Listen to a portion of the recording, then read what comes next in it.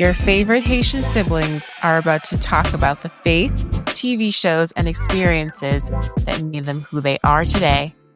We're your hosts, Lovingkindness, pronouns they, them, she, her, and Perpetua, pronouns she, her. Let's dive into TV trauma and truth.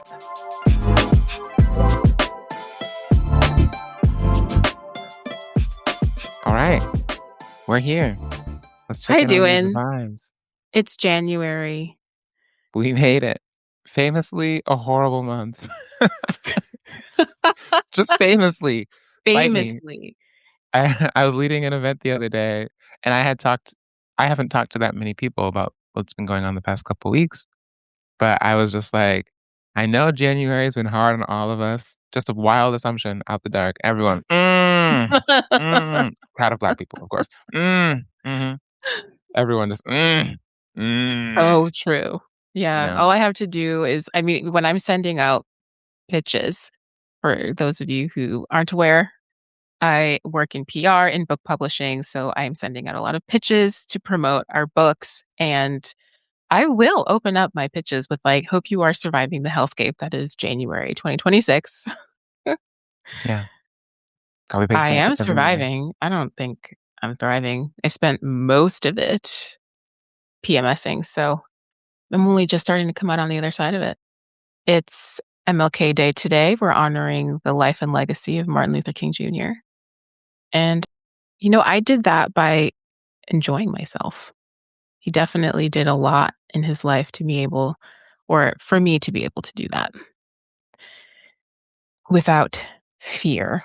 So I made a snowman. There was a snowstorm outside last night. So I made a snowman and snow angels. Okay, Frozen. It's true. And fun fact, I'd never done either of those things before. I'd never made a snowman and I had never made a snow angel. I have had snowball fights, which I also had. Of course. But it was fun to get in the snow and get all of my things wet and not have a parent yelling at me that I shouldn't be doing that. So, yay. I've never built a snowman. I have made a snow angel. Snow people are hard. They are hard. It's That a lot of was work. immediately my first realization.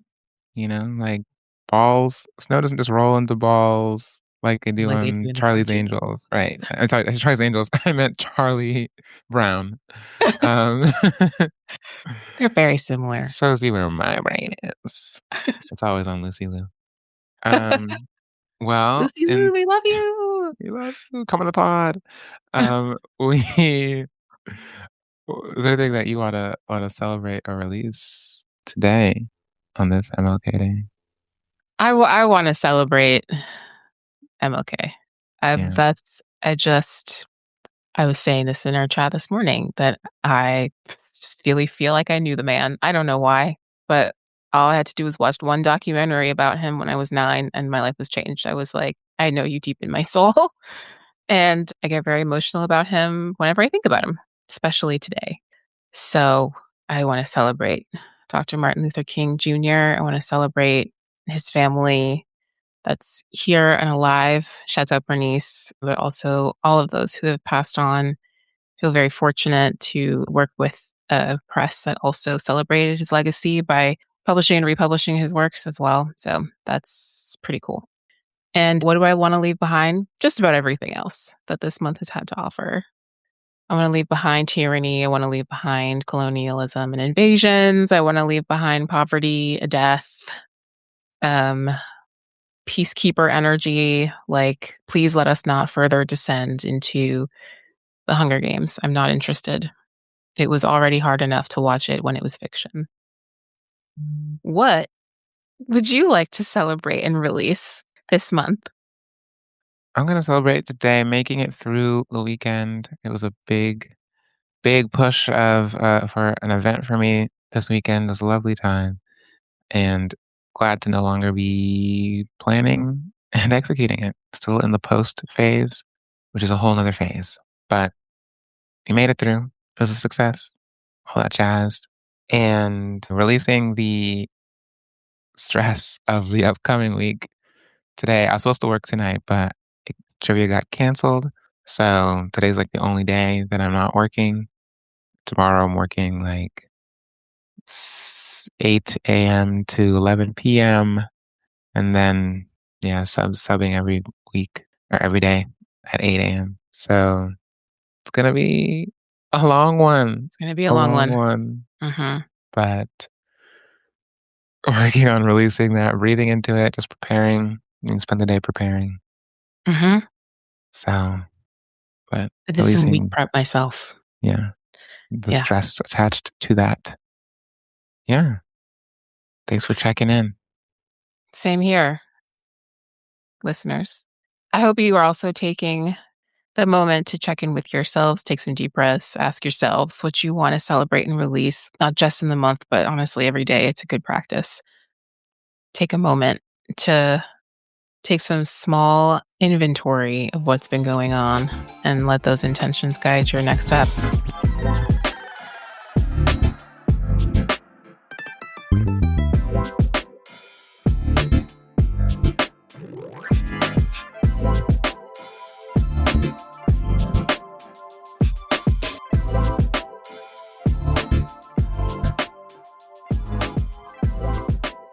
Let's talk about TV. What you're watching? We're going to talk about the last things that we watched or what it is that we are watching right now. And we're going to surprise each other. We don't know. We only know how many items are on our list, but we don't know what the other person's watching. Spoiler warning, this segment, we're going to talk about everything we know about the show up to date. So if we mention a show and you're not caught up or you don't want to know about it, skip forward. But this is our time to deep This is deep. our time. Right. This is our time. This is our show. This is our house. Right. Okay, so you go ahead. You have a couple shows. Go ahead. Oh, do you want to go back and forth or do you want to go down in order with each of us? Okay, let's go. Well, back and forth will end quickly because I have more than you. Okay. All right. I'm watching Scrubs, the original. And then I did watch Marcello Hernandez's Netflix comedy special, Ooh, American Boy, exciting. and also watching Abbott Elementary. I have not watched the most recent episode, but I did watch the premiere of the second half of the season, Mall. Fantastic. Lots of good stuff to talk about. Yeah. I'm going to share my list. So on my list, I have also Abbott Elementary. I'm fully caught up. We've got Grey's Anatomy for the uninitiated, St. Dennis, Arrested Development, just recently, by recently I mean last night, started my binge. I'm going back. I've wanted to re-binge it for a while. And special an honorary mention to The Pit. And I wanna talk about that when it's time, but honorary mention to The Pit. Okay. Technically, I'm not watching it, but I wanna talk about it. All right. Alright. Nice. Do you wanna go first? Well, why don't we talk about Abbott? Yeah, we I'm still got not shared thing. where you are. I didn't watch the most recent ep, but It is called Mall Part 2. Mall Part 2 Questions and Concerns I've seen. Mhm. Yeah, so there was Mall. To catch everybody up, Abbott Elementary, it takes place in the Philadelphia public school system, and it's, a kind of an office comedy of a handful of teachers who at first don't seem to be a group that you would think get along, but they do, and they become a little family to each other.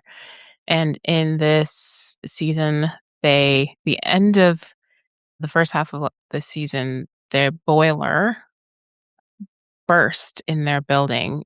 Was old and it was on its way out, and they refused to take precautionary measures to address it. So the entire school building has been destroyed, and they needed it to find a temporary location. So the school district relocated them to an abandoned mall, and they had just a little bit of time at the end of the winter break, to get this place ready. And they did what they could, but it wasn't quite enough. So the first day of school at the mall was chaotic. Yeah, it was. Children coming in different entrances, screaming. I was like, the kids, I mean, they highlight the practical logistic difficulties of being in an abandoned mall, but they spent a lot of that first episode of, like, the kids are gonna hate being in a mall. I was like, "I'm not that kid. I would No. I'm in an abandoned mall?" Yeah, this Like is like Night at the Museum right, level. right. What was the name of that? I'm gonna look it up. What was the name of that? There was a children's story, a children's chapter book. I read it in elementary school, and I think it took place in Greenwich. That was, like, where I learned how to pronounce Greenwich because I definitely was pronouncing it Greenwich. Mhm. Greenwich Museum book. Oh, I have no idea what you're talking about. Children's. Alright, let's keep talking about things. I'm gonna find Oh, this I thought book. you had looked it up and that the title was called Greenwich Museum Book. No, I was like, "Never heard of it." we're gonna keep oh my gosh, we found it. The Mixed Up Files of Mrs. Basil E. Detweiler Frankweiler, a children's novel by E. L. Konigsberg. Okay. The book follows siblings Claudia and Jamie Kincaid as they run away from home to the Met in New York. And this book is old. It's from 1967, but I loved this book, and it was the first time that I was like, "I would love to be trapped in a museum." Oh, So, I don't know that book. Send me the link. When you said Greenwich, I did think you meant at first I was like, maybe she means Greenwich Village, but then I was like, maybe she means Greenwich, like Greenwich Mean Time, like the original Greenwich.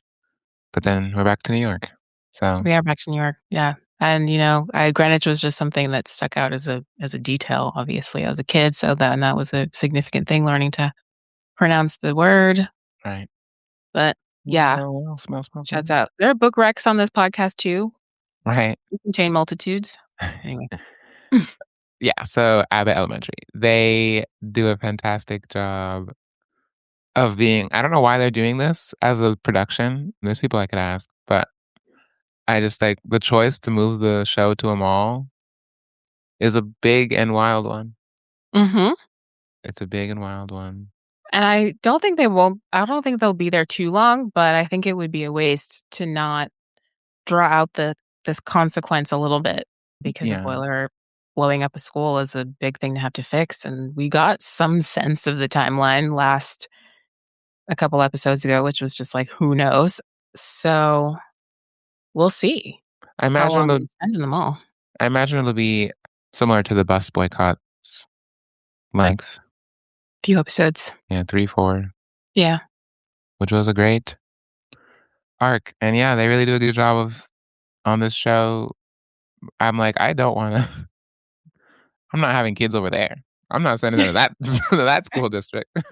I'm like, they got a lot of problems. They got a lot of problems over there. It's people are like, "It's so relatable." I'm like, "I don't like that.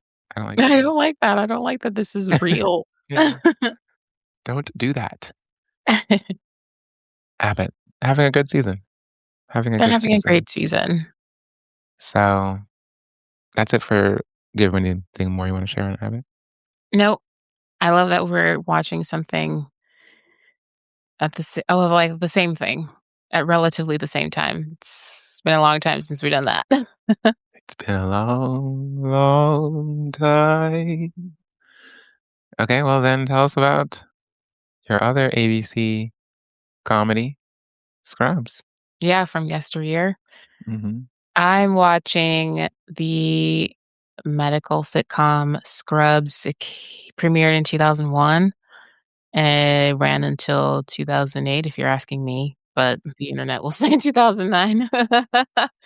And I'm watching it because Scrubs is getting a reboot at the end of February, and I'm really excited. And I am, yeah, now on season 2. We just checked on this last time, and I was on season 1. Now I'm on season 2, episode 2, called My Nightingale. And JD Turk and Elliot find themselves in the night shift for the first time alone.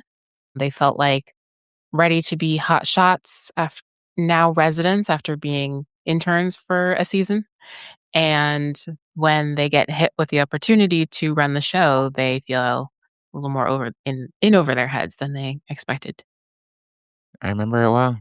Yeah. Yeah. We were reflecting on this recently because we couldn't remember.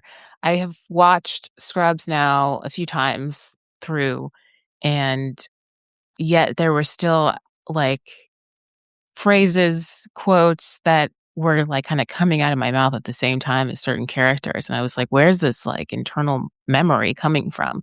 And it took us a while to remember that Scrubs was syndicated on, like, TBS back in the Comedy day. Central. Comedy Comedy Central, Central. that's Crazy. right.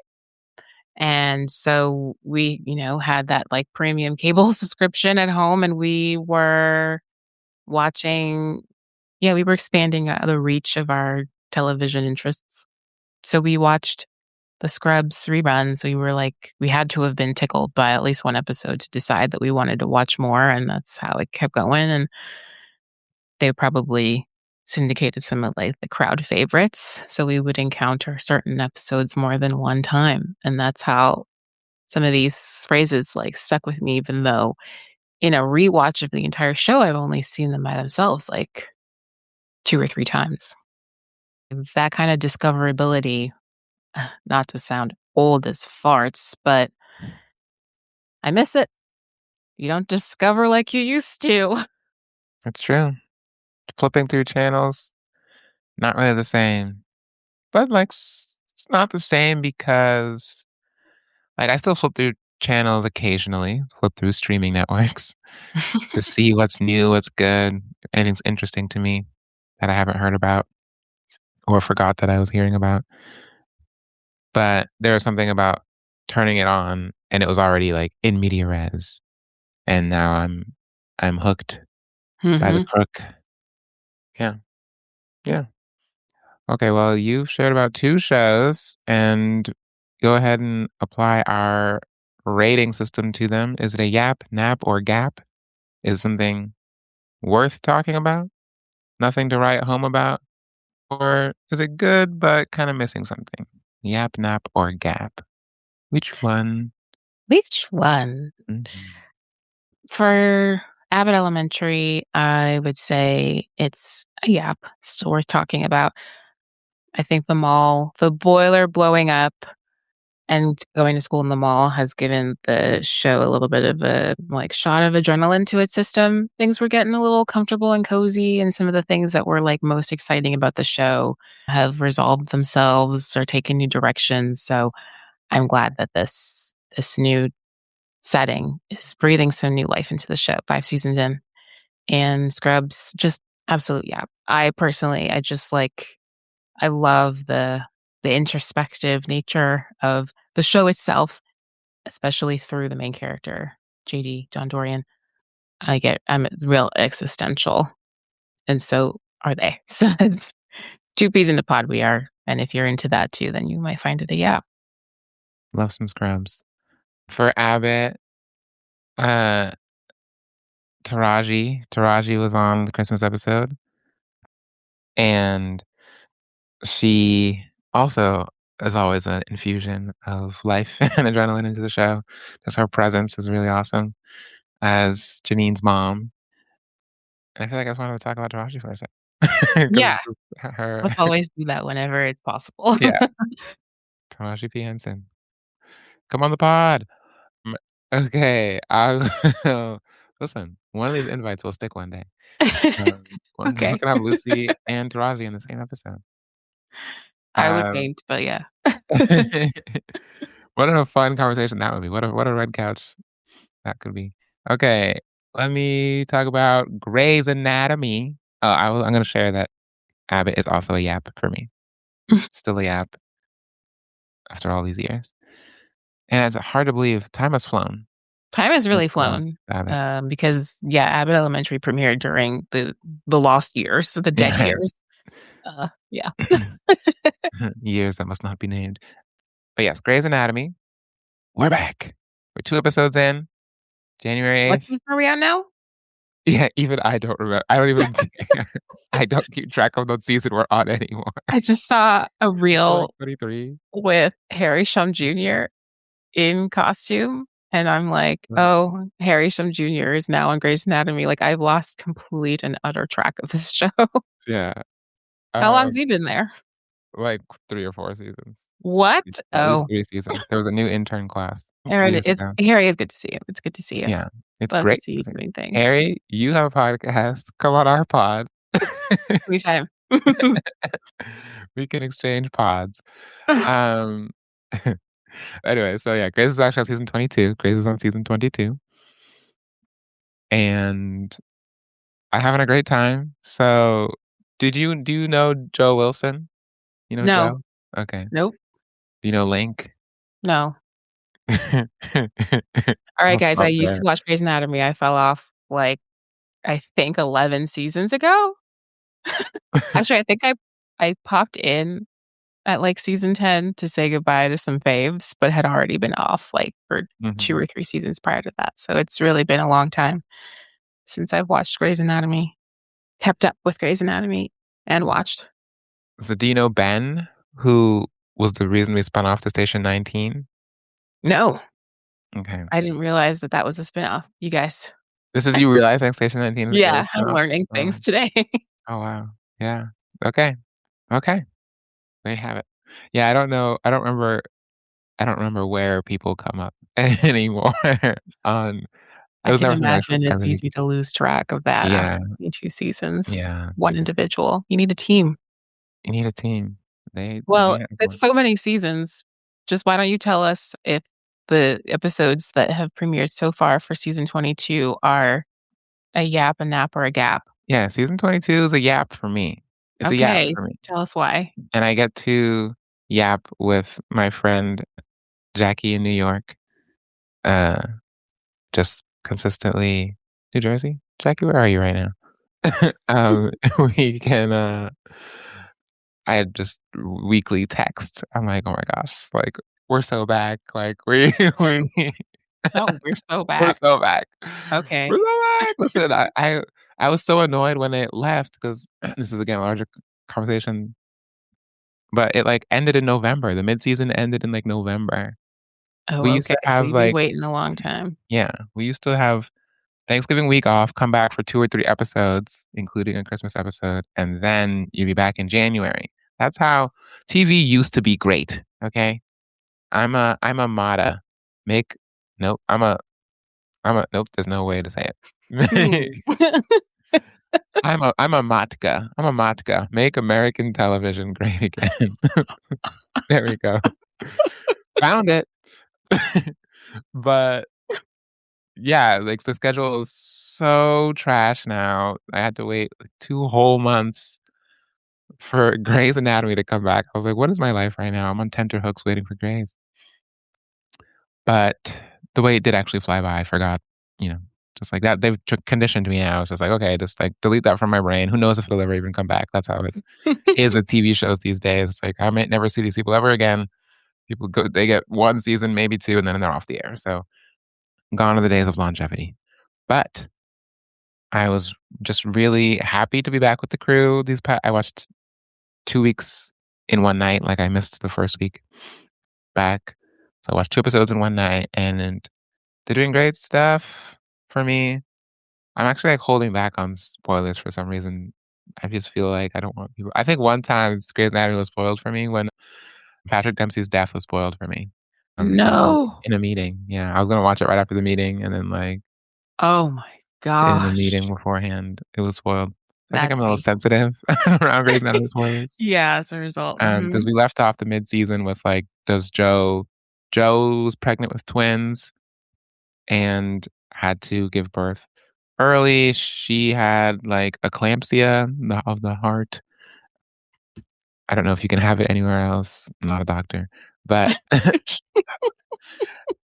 but anyway, so we didn't know she was gonna live or die. We didn't know if her babies were gonna live or die, but we know some of that information now. And Richard has cancer. Richard has prostate cancer now. Presently? Yeah, revealed in the mid-season Oh, finale. So very fresh. That is an aggressive cancer. Yeah. Hopefully, it's not as aggressive in fiction, but We yikes. found no, this they're trying to do, like, an honest portrayal, but he found it pretty early, Okay. but he has fears. They did, like, a little ad for, like, getting checked for prostate cancer, and then the stats are higher for Black men and all this stuff, so, yeah, they're trying to do it justice. Yeah, so Grace. Yeah. Grace. St. Denis Medical. I'm watching another medical show. St. Denis Medical is a comedy on NBC, half hour, of the ilk of Parks and Recreation and Abbott, but, like, honestly, it is just Parks and Recreation in a hospital. That is what the show is. Okay. The Well, to me, that curmudgeonly sounds fun, but what it's do you wonderful. think? It's Yeah? great. Yeah. Okay. The Yeah, I bookmarked it mentally as something to watch, and it just hasn't happened yet. Where are we in the show? we're in season 2, Mhm. episode um, Mhm. I don't remember what number, maybe, like, 8 or 9, Google is and free. Google is free. Yeah. There'll be no episode tomorrow, I believe. I believe it airs on Tuesdays. Listen, this asynchronous TV stuff, I don't be knowing. I just show up. But it's a really fun show. Yeah. The curmudgeonly character is also named Ron, Get out. just like on Parks. So it is a bit of a copy paste in the best way. I'm very much Okay. enjoying it. I'm very much enjoying it.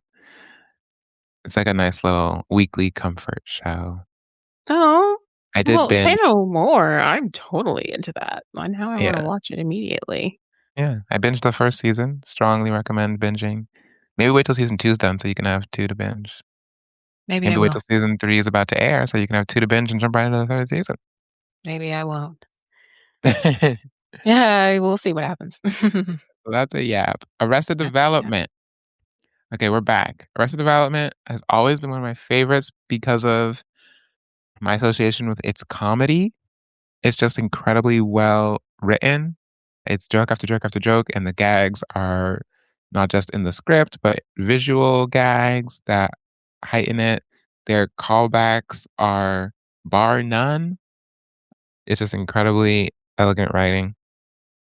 And I'm seeing now if it holds up, right, for me, because I haven't rewatched it in several years. I watched it first when I was in high school. I watched it in 2012, 13. So it's been a while. I've Mhm. watched it since then. Like, I watched it, like, a few years after that, but yeah, so I'm seeing how these first 3 seasons hold up. Seasons 4 and 5, we all know, are very different when they came back after, like, a decade and reunited the cast.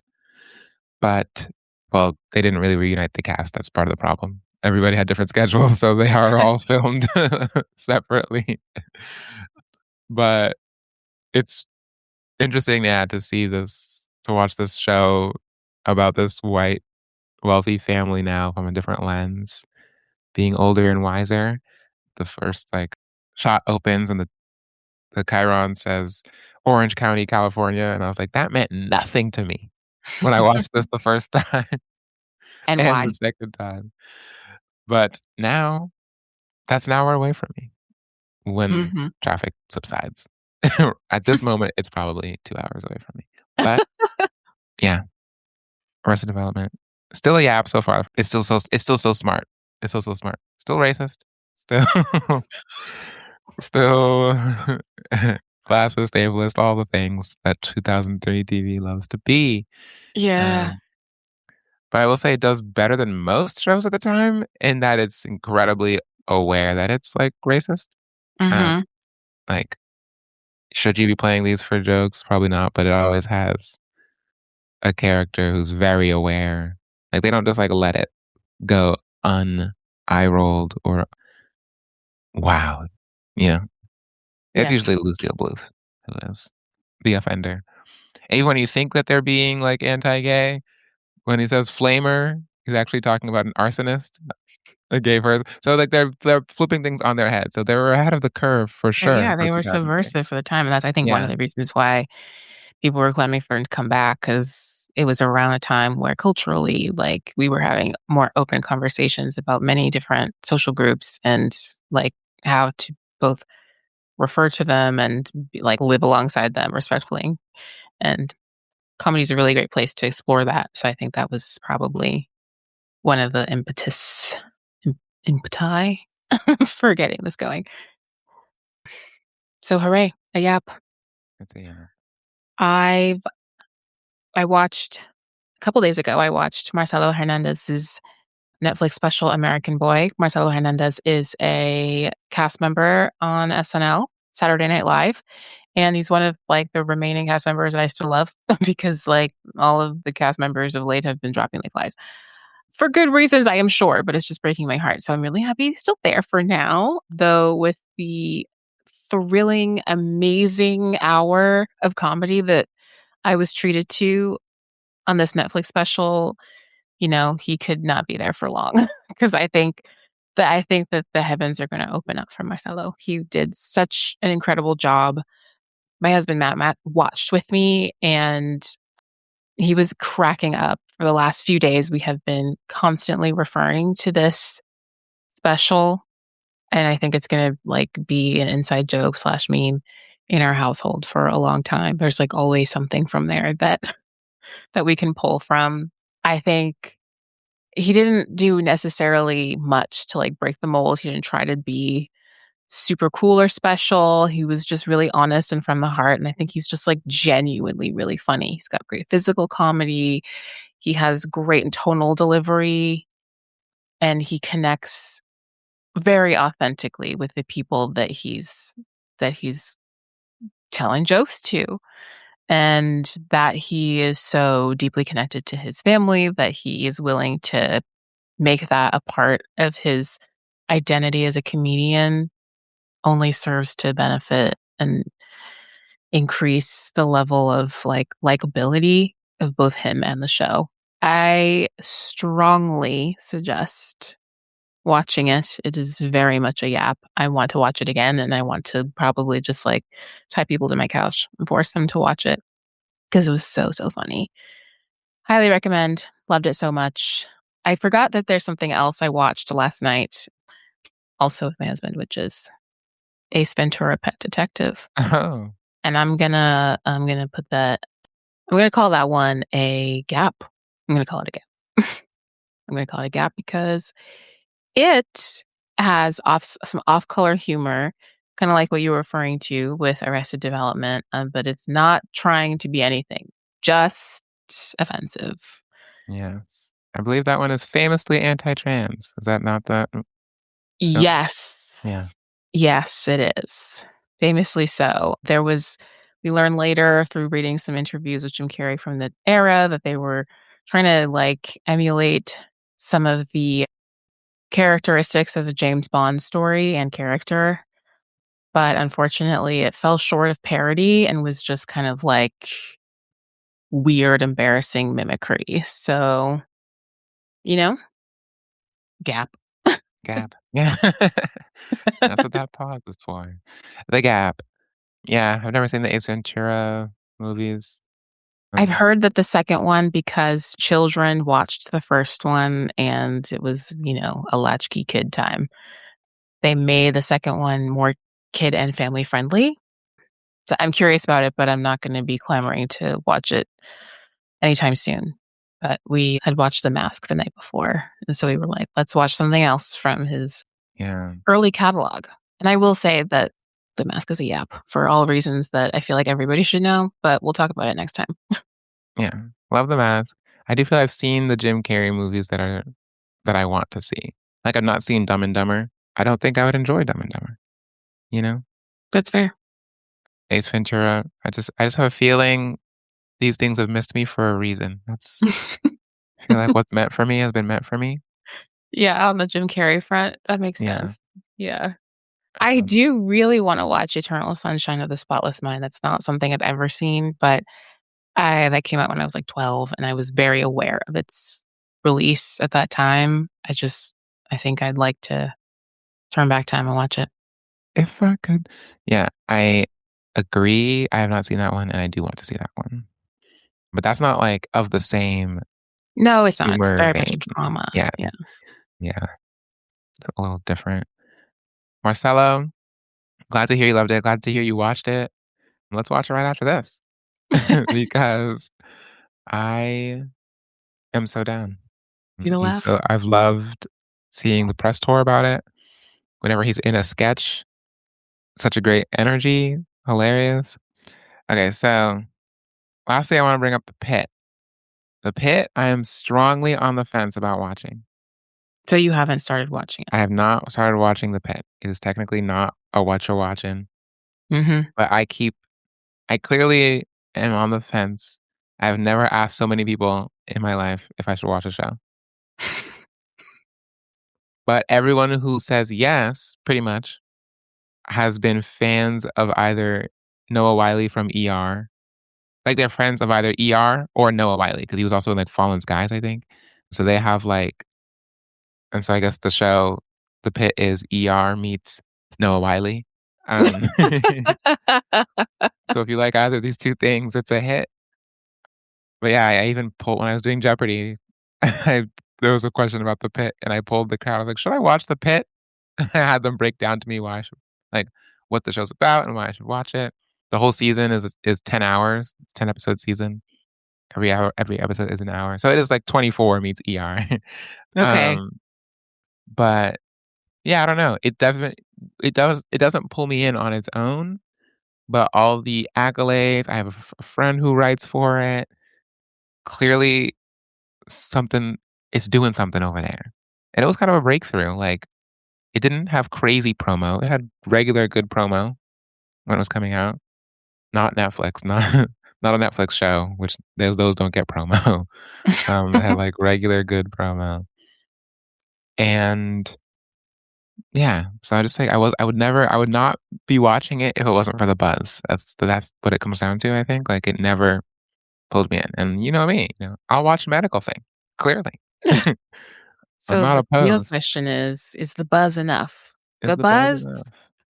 used to be enough, you know, when so many things weren't vying for our attention.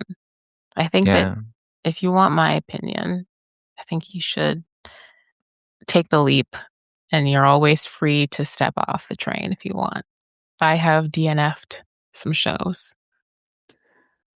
Am I free, though? Will I feel freedom, or will I be locked in? I don't know. We'll see. Because it's even like, sure, so many things are vying for our attention, but I'm watching Arrested Development, Like, is it vying for my attention? So right. I think it's really just more like, what does my soul need in this moment? And I just don't feel like it's the pit, but I am starting to feel like the stories must be really good. I wanna see good stories, I think.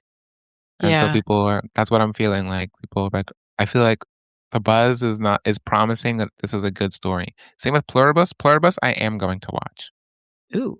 because I saw the ads around town and I thought they were interesting, but they didn't tell me anything about the show. And it's on Apple TV, and I have to work really hard to watch an Apple show.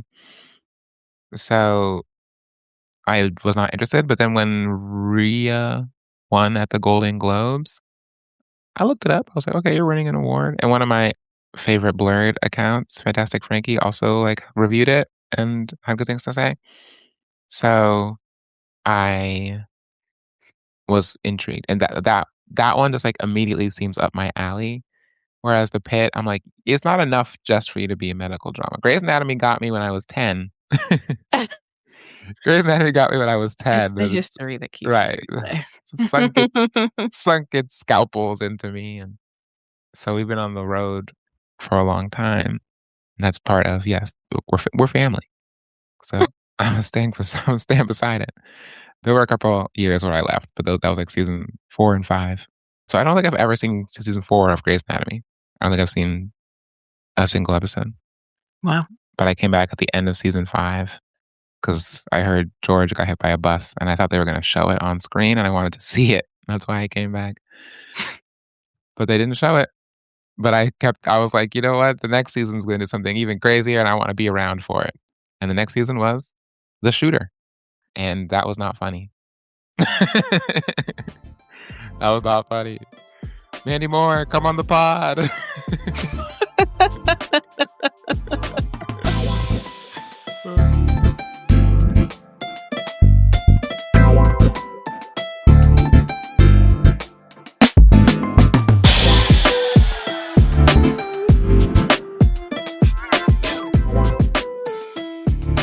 All right, we've now entered our segment titled Trauma Dump.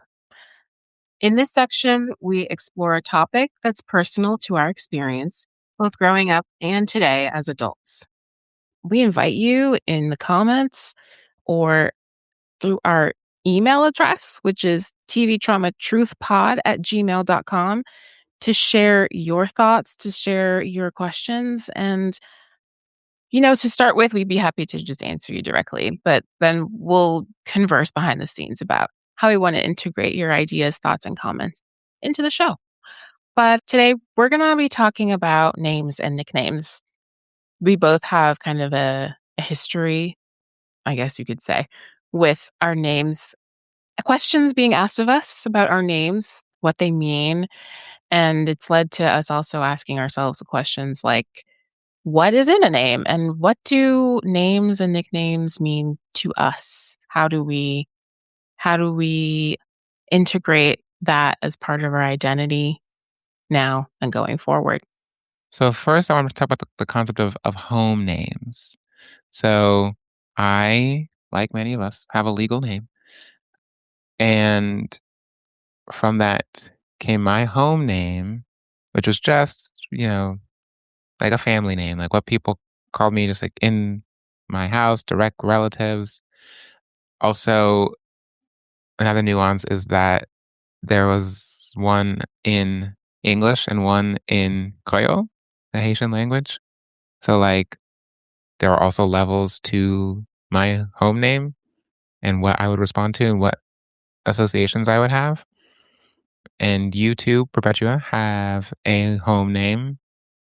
But I brought this up because over the past decade, that name has seemed to leave the home. It seems to be Mhm. more than people who we grew up with who call you by your home name.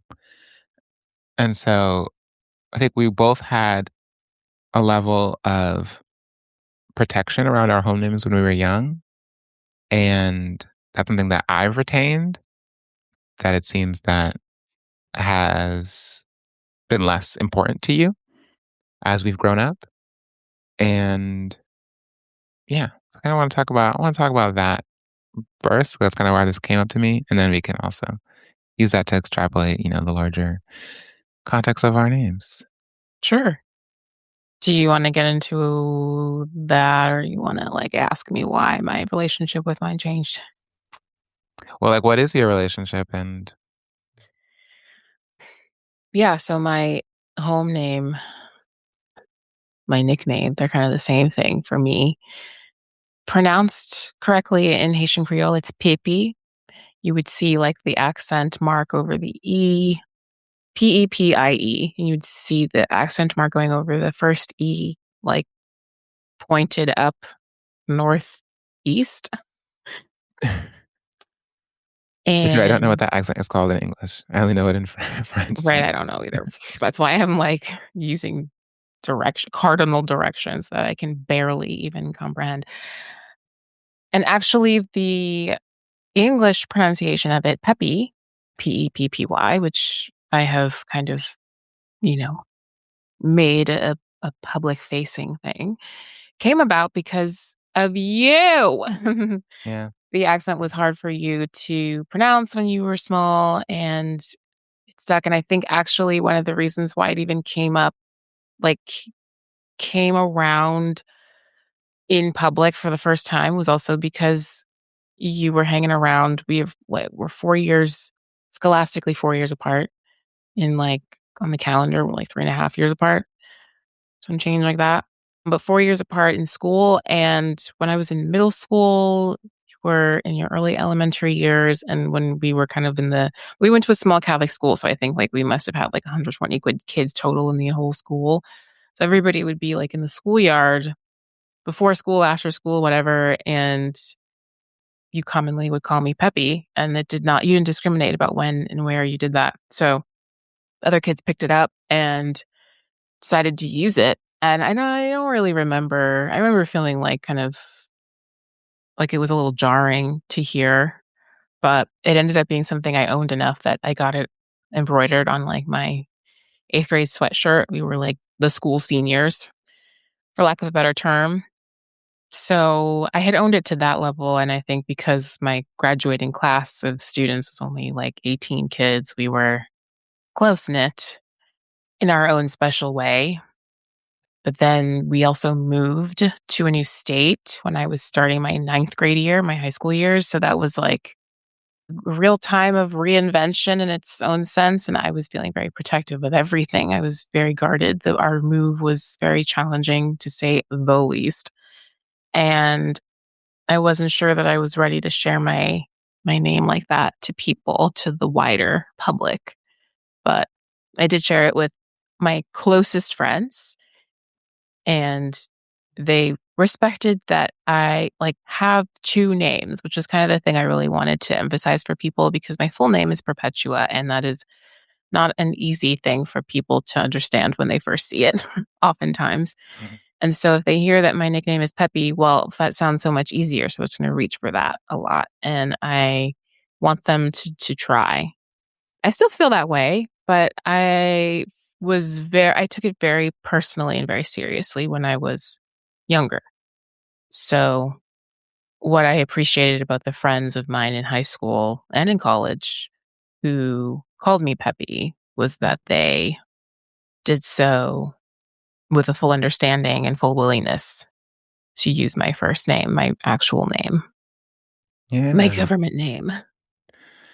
Wow. I'm hearing I owe you an apology. Um, Yes. I did vaguely know that I was why I became Peppy. Because even when you said, the correct pronunciation right now, I was like, "Eh." My brain was just like, Whatever. "Can't wave that away." I most commonly know it pronounced as mommy yelling up the stairs, "Peppy!" That's what I know as the correct pronunciation. But that indiscriminatory nature of me using your nickname, your home name, is something that you later reciprocated to me with, like, your friends. So, like, you would use my home name around your friends, and I hated that. I hated that. Yeah. Um, I did not know these people, and I was also, like, much older, right? So, like, what you're talking about happened when you were, like, 8 years old to 12 years old, right? That we were, like, in the same schoolyard. Yeah. Um, I am 12, 13, and this is the first time that people are, like, hearing, like, my home name. Because like, I don't even think, like, in Boston, like, people like Caitlin, and I don't think you use my home name really around those people, Oh, no. Amber, No. Pretty sure that was your but full name, but I think it was like it was high school time. I yeah. think it was just harder for me to I did not want to do the hard work essentially of, like, dividing up the full name, the full government name, and the Yeah. home nickname. So when people like Susan or Amanda would, like, use my home name, I was like, "Literally, who the are you?" In my home, using my home name. They stuck around long enough that it became okay, and, like, we built our own relationships and stuff. But to this day, I'm like, "Don't do that." Yeah. Don't I you and I are still working on that, honestly, but I have a question for you, which is, like, what was it that made you feel so repulsed by hearing your home name said to you by people who were not in your home?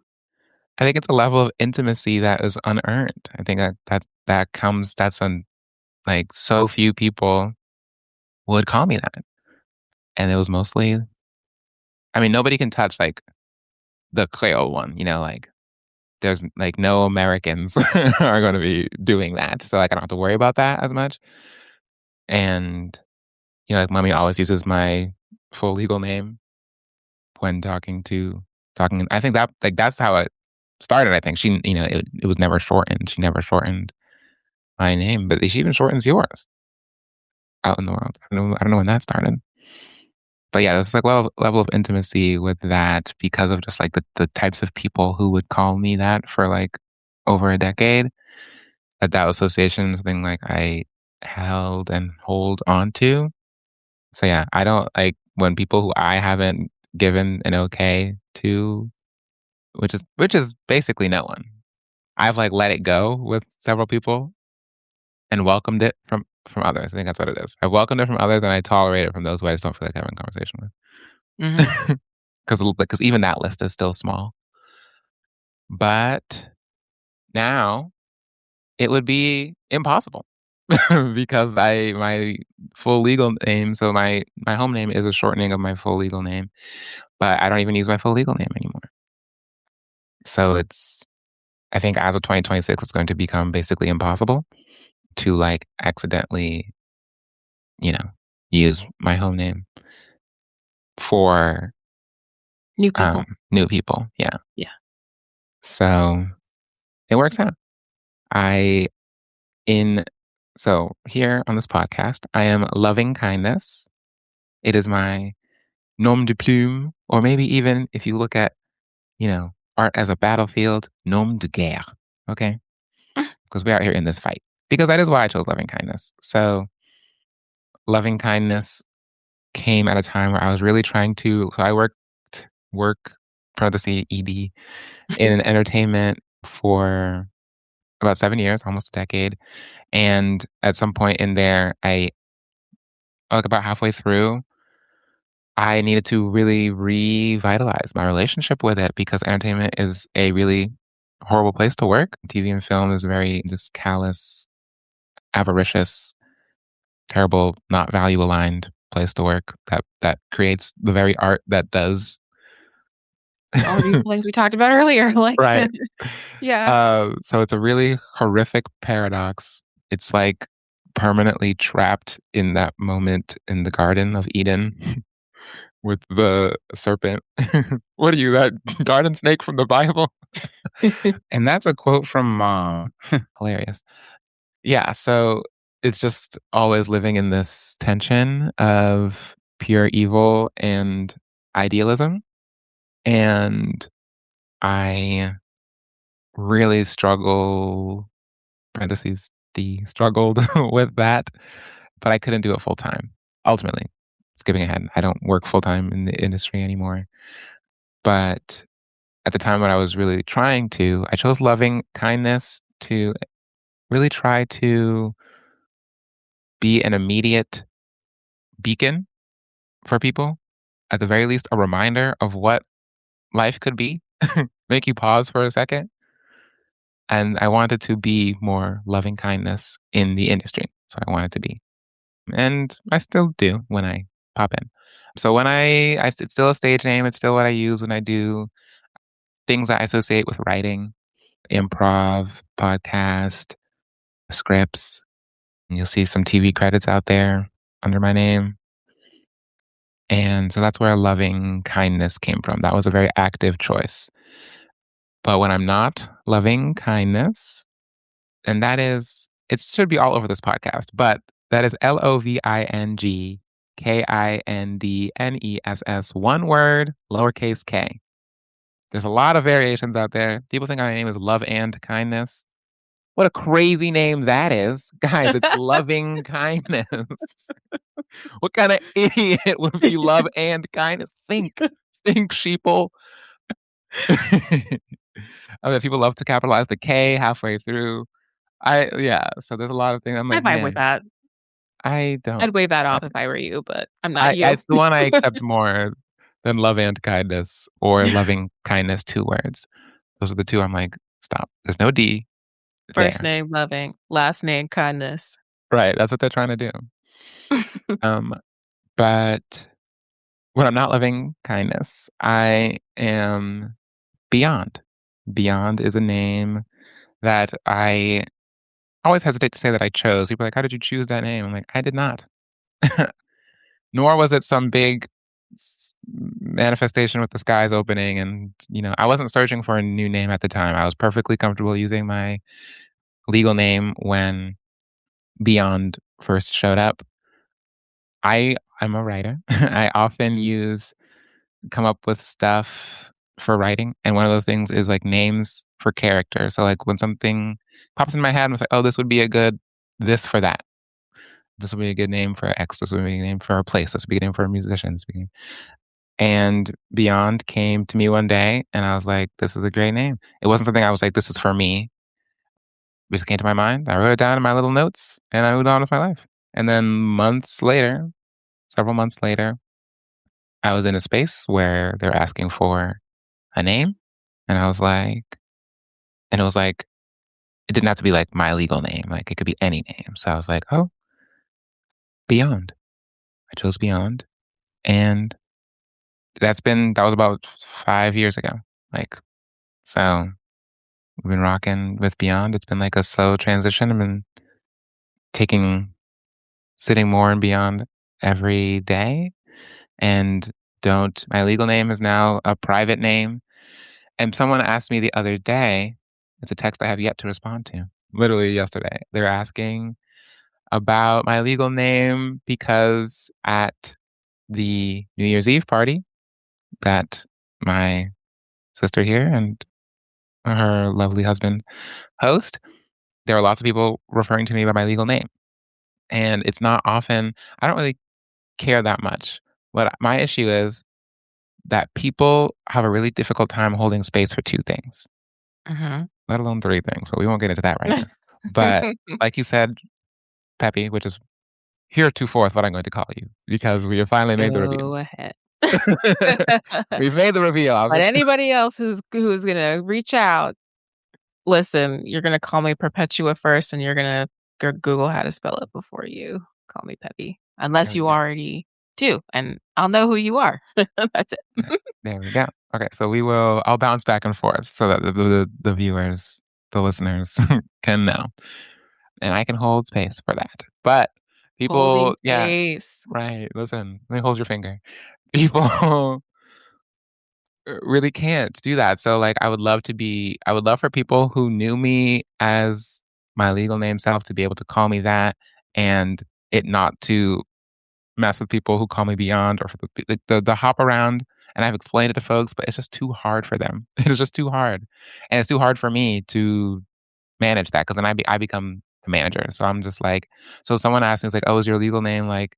Well, they didn't ask me. They assumed that my legal name was my dead name. They're like, "It's a dead name," and I'm like, I mean, like, I've never referred to it as a dead name, but last night I had to sit and think and be like, Mhm. well, what are the characteristics of a dead name? A name that you don't use, that you don't want people to call you, and is like a representative of a past self. I was like, well, so I guess if I'm going by not just emotionally how I feel, but technical definitions, it falls into the category of a dead name, is how I'm thinking of it Mhm. right now. But it That's kind too of much off your became, chest. yeah, literally. But it became that way not because of what I wanted or how like, that's not how it started for me. I wasn't like, "This needs to go." But I also have, to you, previously, like, mourned my legal name and, like, its use and its prevalence because the relationship was never gonna be the same once Beyond Mhm. came into the picture. So, that was always just gonna be different. Similar this isn't exactly about names, but about holding space for 2 things. When you said that, what really jumped out to me was not just about the names, but also about pronouns. So my pronouns are they, them, and she, her. But I'm back to like just telling people that it's they, them because they, them is the preferred. I tell people, not everyone, I don't say this every time because it's a lot of words. Clarify for me. Give a sec. Clarify. That's preferred for you or preferred for them? It's just I think I know, but For did you say it's me, preferred? I got it. preferred for me. I prefer.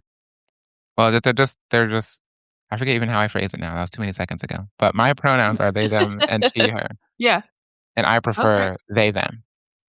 and I also welcome she, her. But the dynamic that reflects my life and authenticity is 70% they, them, 30% she, her. So do I expect you to remember every like third time to say she, her? Or like I don't know how that fraction balances out. But out of 10 times, do I expect you to count like, oh, I've said they, them 7 times, and so now I'm gonna say she, her 3 times? No, that's not the expectation. But more often than not, I would like people to refer to me using they, them pronouns. And then I would also like people to use she, her pronouns as well. God forbid you get both. That's why I'm often put in this place of choosing. That's how with my legal name and beyond. That's how it often goes with my pronouns. And like literally as of like last week, I've stopped. I've stopped saying she, her, or I have put a long pause so that they, them sinks in the brain first, and then I say she, her, and usually I say it more quietly, so it becomes a little as my slaves, type of little like What'd you say? right. That sounds like it's protecting kinda your energy too, to do Yeah, that. Yeah. doing the best I can, but you can't control what people are gonna do, what people are gonna say. I wish I could be one of those people who's like, "I don't care." I have so many, friends who are like, "I don't care what pronouns you use, blah, blah, blah," and I'm like, "I do." I do.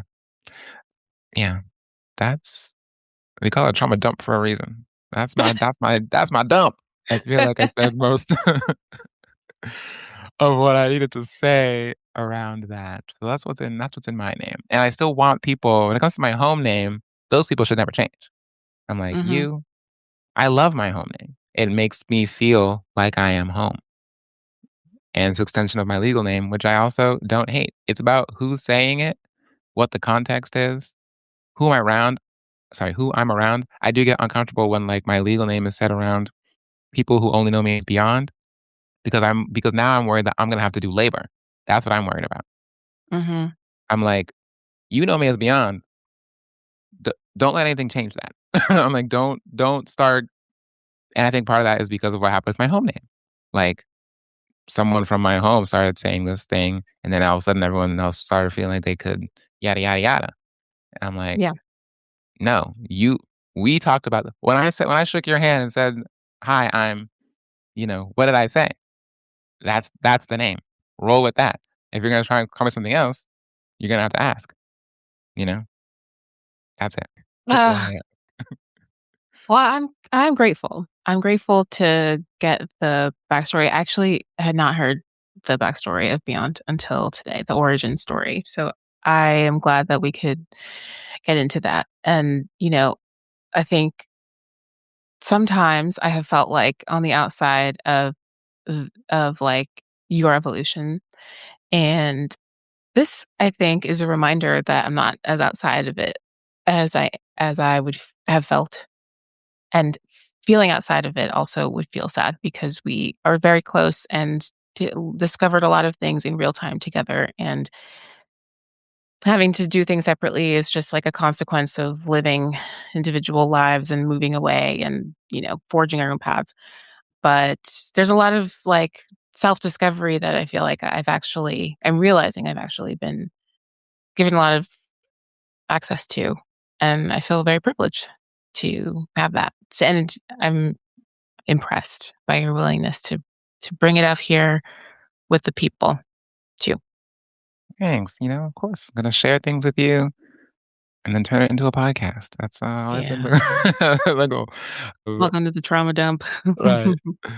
One last thing I want to say about Beyond, and then I'll ask you a question, is it's also expanded. Like, while it wasn't something I was searching for, it means it has a lot of meanings for me. Something that's a response I often get, which is funny to me. When I was like, "Hi, I'm Beyond," and then they say, "Yes, you are." I'm like, "Haha." Um, very kind, very funny. But as a quote, and I wish I had remembered to pull it, but basically the idea of being beyond beyond gender, the beyondness of God, of the divine, because as we theologically know, God is a genderless being who just has some pronouns, he prefers he, I, him pronouns. him.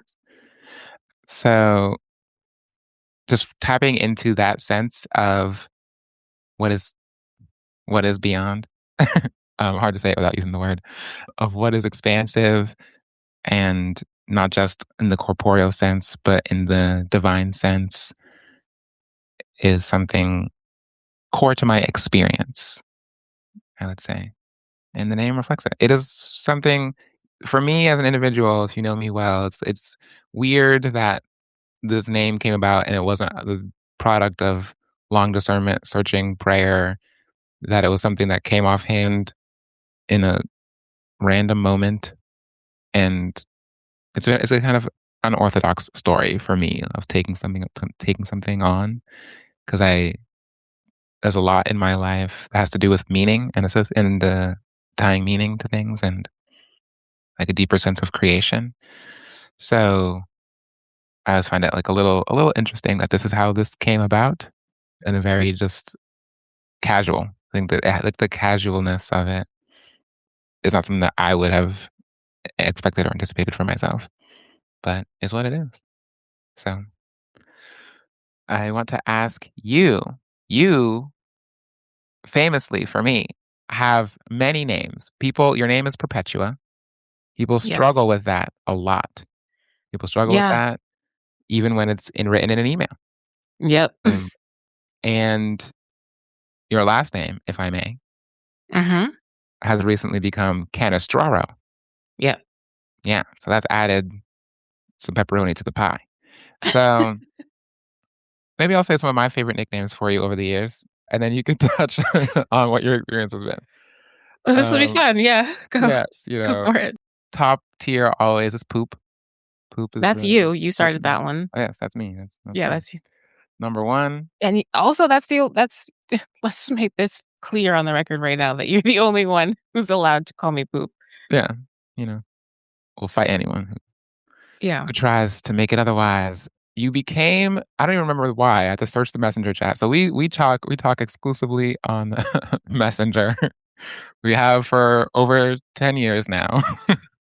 Yeah. We talk almost exclusively on Messenger. It used to be like exclusively, and then recently we've expanded more into text messages. Right. But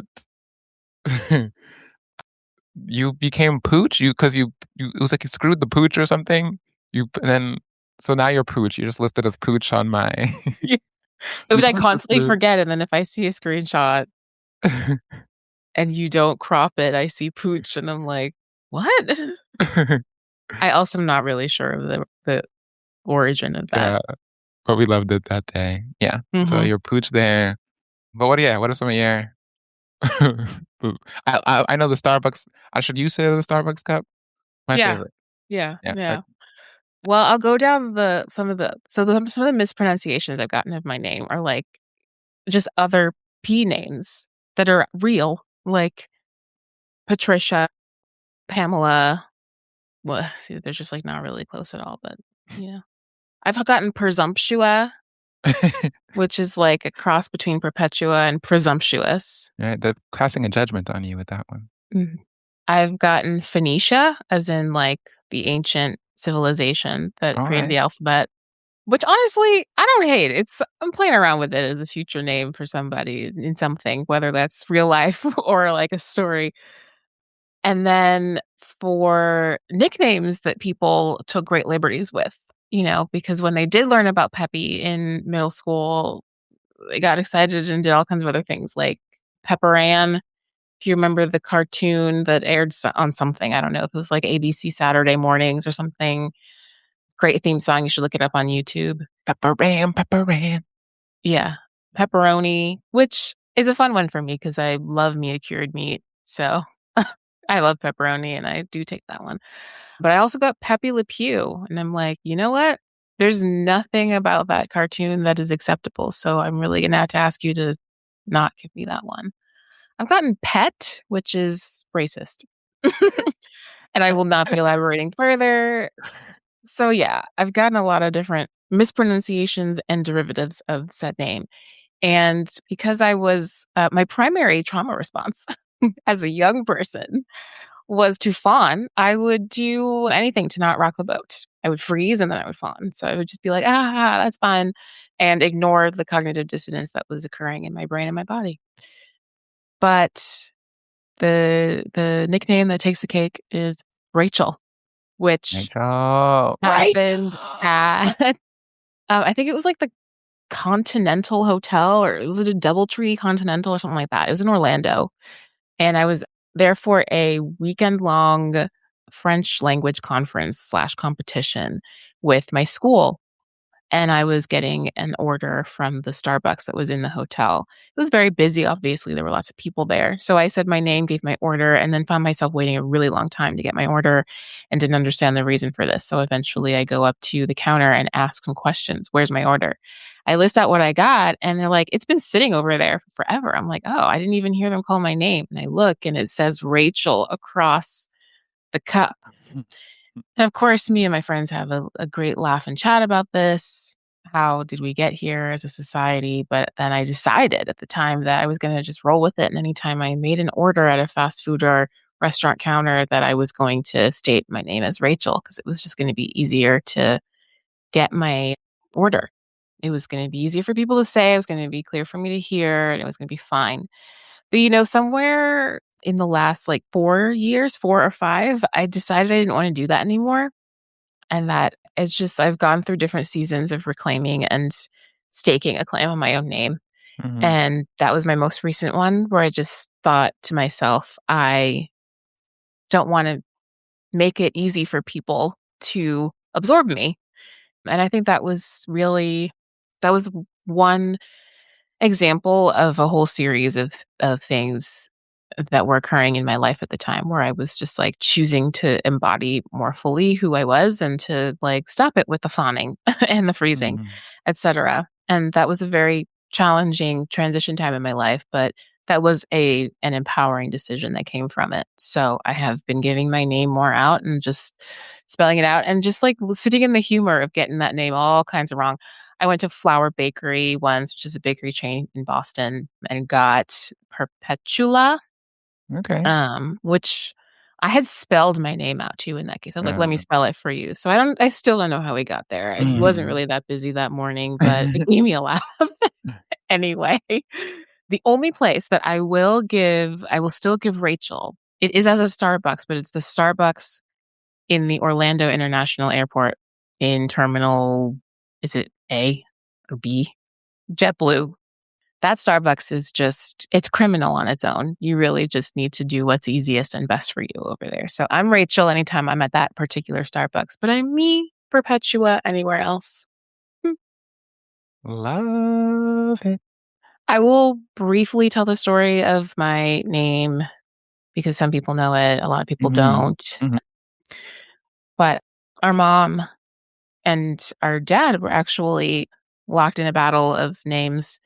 They each had different ideas on what to call me, but my mom cites a vision from Our Lady, Mary in the Catholic Church, coming to her in her depiction as Our Lady of Perpetual Help, who is a significant icon in Haitian culture.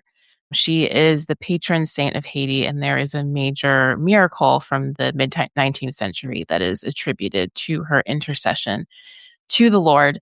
So there has been a long-standing devotion to her ever since. That devotion is one that my mom has carried for many years, and it's passed on to me. I'm very much devoted to Our Lady of Perpetual Help.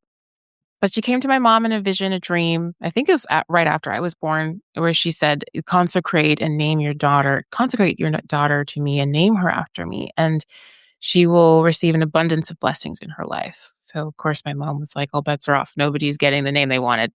This is mhm. the name now. And then the common question after I tell the story is like, "Do you feel blessed?" I'm like, "Yeah, I'm alive, so yes." Yeah, so that's the name. That's how it came to be, and some people from Latin America will ask if I do have Latin origin because some people have that name there, and the name itself is like born of the Latin term perpetuum, which is forever, everlasting. And so that's like what my name means. And Our Lady of Perpetual Help means, Our Lady of Help that is ongoing Mm. forever. Am I going to be the first person to live forever? We'll find out. Stay tuned.